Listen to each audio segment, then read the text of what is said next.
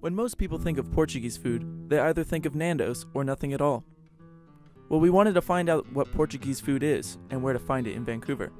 With inspiration stemming from the recent excavation done by SFU's Archaeology program, we were able to gain a better understanding of the authentic Portuguese diet.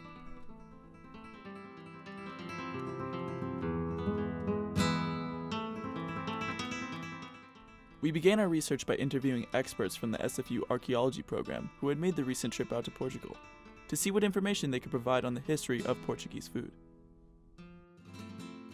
If you want to look at the Mediterranean diet broadly, it includes plants that were domesticated locally in the region, so like wheat, barley, a lot of beans, fava beans, lentils, chickpeas, and then mixed in with a suite of new plants from the New World, tomatoes, peppers, and then combine all that with a diet, right, also based on seafood, and then livestock, cattle, pigs, goats, and sheep.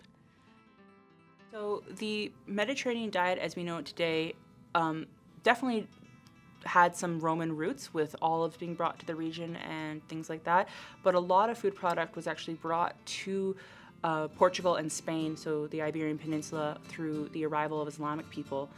Food crops such as rice, oranges, sugar, definitely citrus fruits and rice are big parts of the Mediterranean diet in Portugal today, and those arrived during the medieval period. Barbecued sardines, oven-cooked octopus, all sorts of clam dishes, fresh tuna, rabbit, also common. Good bread, because I think Portugal has some of the better bread in Europe. Pastries. Olive oil is a big part of Portuguese diet. A variety also of beef dishes and pork, fish, and seafood is a big component of Portuguese diet now, as it was also in the past. After consulting with archaeological experts and fellow SFU students who attended the excavation in Portugal, we decided to get out and see if we could find any roots to the traditional Portuguese diet here in Vancouver. First, we found Café Algarve, a traditional Portuguese market in downtown Vancouver. The cafe had many traditional foods such as potatoes, salted fish, sardines, piri-piri spices, and much more. Next, we decided to visit Casa Verde, a traditional, family-owned Portuguese restaurant, whose recipes have been passed down from generation to generation. My name is Armando Barbosa. Maria Barbosa. How long has your restaurant been in Vancouver? It's 20 years. 20 years? Yeah, 20 years, yeah. Yeah. And how long have you been cooking authentic Portuguese food? Since we came in. Could you explain some of the dishes that you serve to us today? This one here, we serve you the Piripiri. piripiri prawns. Is Salsicha, Portuguese salsicha.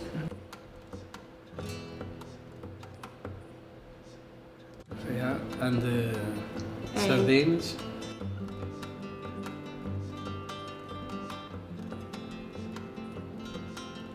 Clams. Pork clams. Yeah.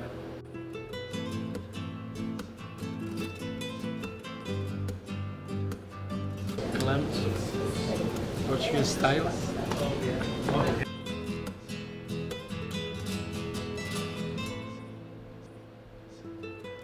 So right here we have some sardines, some sausages, and some prawns, and we're just gonna test those bad babies out and see how it goes. What are your thoughts, Doug? Fire. Absolute fire from Doug. What about Tabor? What are your thoughts? Authentico.